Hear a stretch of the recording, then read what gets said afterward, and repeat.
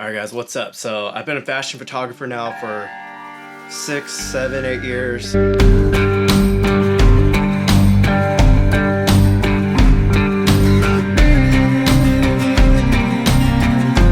don't know, something like that. I used to shoot strictly pretty much with just Canon gear. My last Canon camera was the Canon 6D.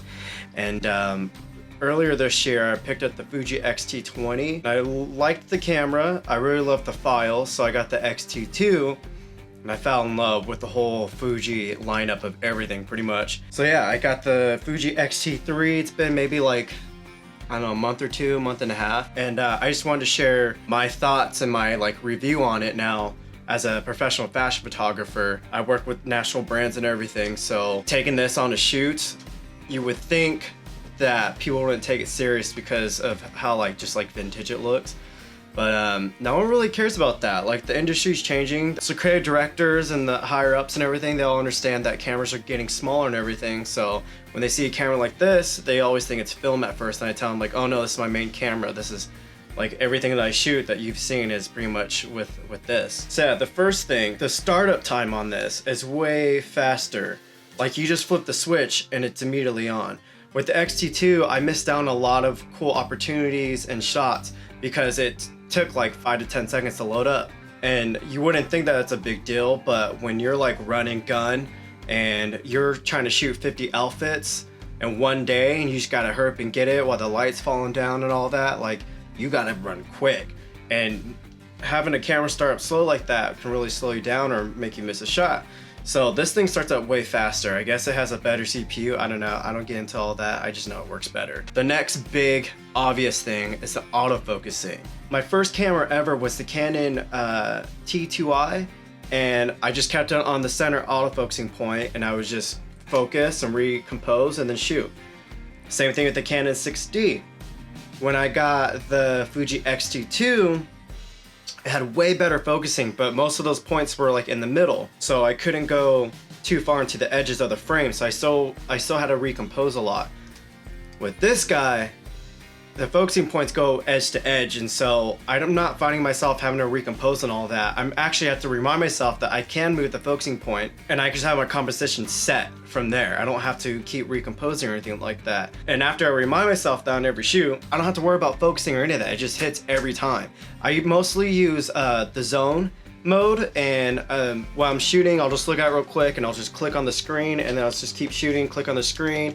If it's something that's going real quick, I'll use the joystick while my face is still behind it.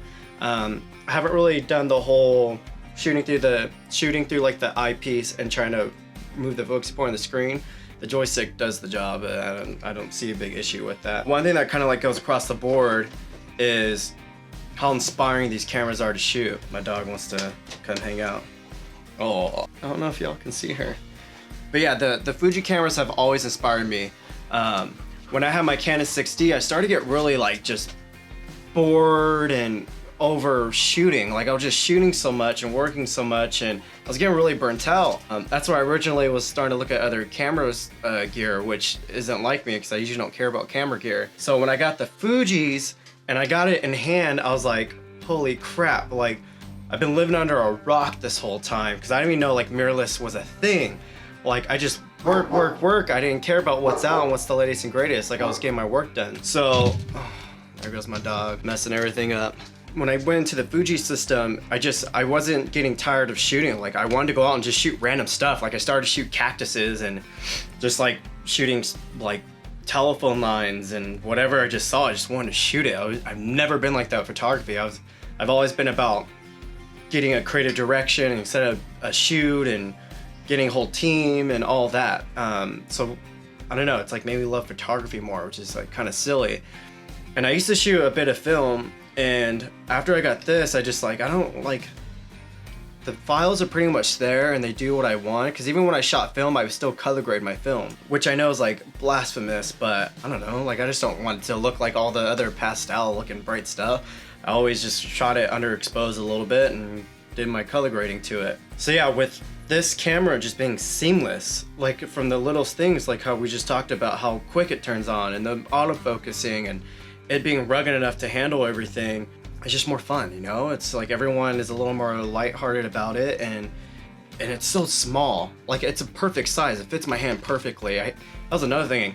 Every time I pick up DSLR now, I feel like I'm carrying a brick. I'm just like, what's the point of this? Why did they even start making these? And so yeah, like I just said too, it's pretty durable. As a fashion photographer, I kind of specialize in the whole desert, Southwest, Western kind of look. I work with like a lot of Western brands. And so I'm either in the desert a lot or I'm around horses. I'm just always in the dirt pretty much. I could set this camera down and have to worry about it. Like I know it's gonna handle whatever comes to it. I remember when I first got my X-T2, a creative director dropped that camera when I got the X-T20, a model dropped it out of my Jeep. So, and they've always just started working. For some reason, when I get a new camera within the first month, someone drops it. So I'm past the 1 month stage on this. So hopefully no one drops it. I think one of the most important things about this camera, how he just said it inspires me to shoot. When you're inspired, you're gonna shoot better.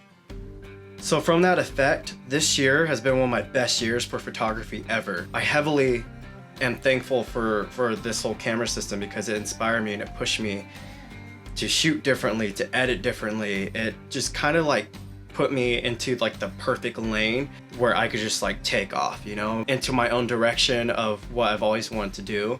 Like look wise, which brings me into the video. So when I had the Canon 6D, I would make some like little short fashion films and stuff for fun, but nothing ever went crazy. I never got traction off of it. When I got the X-T2, started to make a little bit more films off of it and started to get a little more attention for that.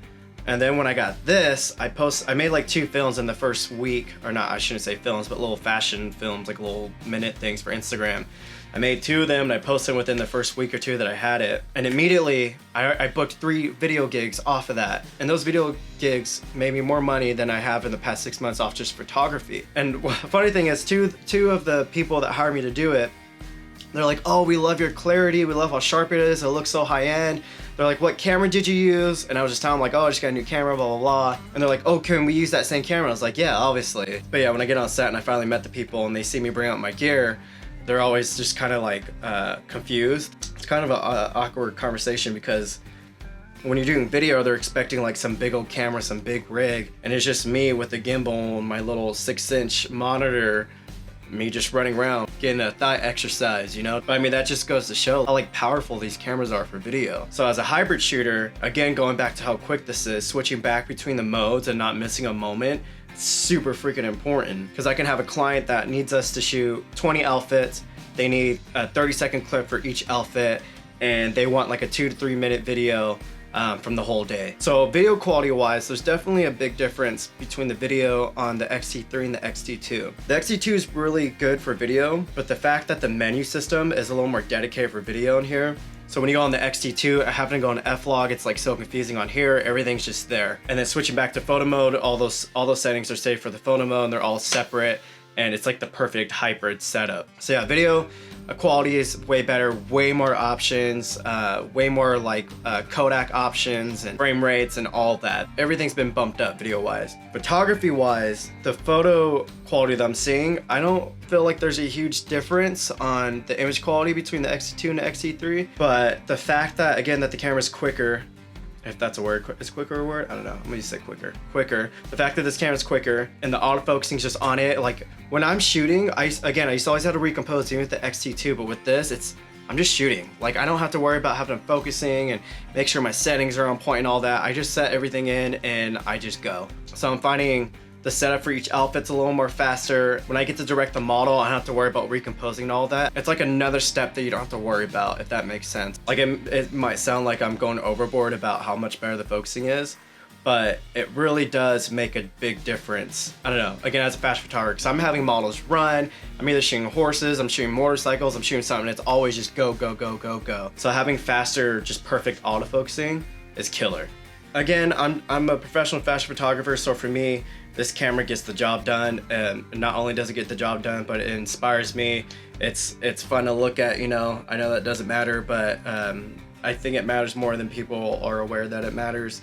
So like I ride motorcycles. When it comes to a street bike, I don't want to touch a street bike. But if it's like a vintage looking bike, it's like, I want to ride that. Like I'll take that across the world, like whatever. But if it's a street bike, I don't even want to ride that down the street. So it comes down to the same thing as photographer, you know, we're artists, especially as a professional photographer. Not only are we artists, but this is our tools. Like this is our main tool.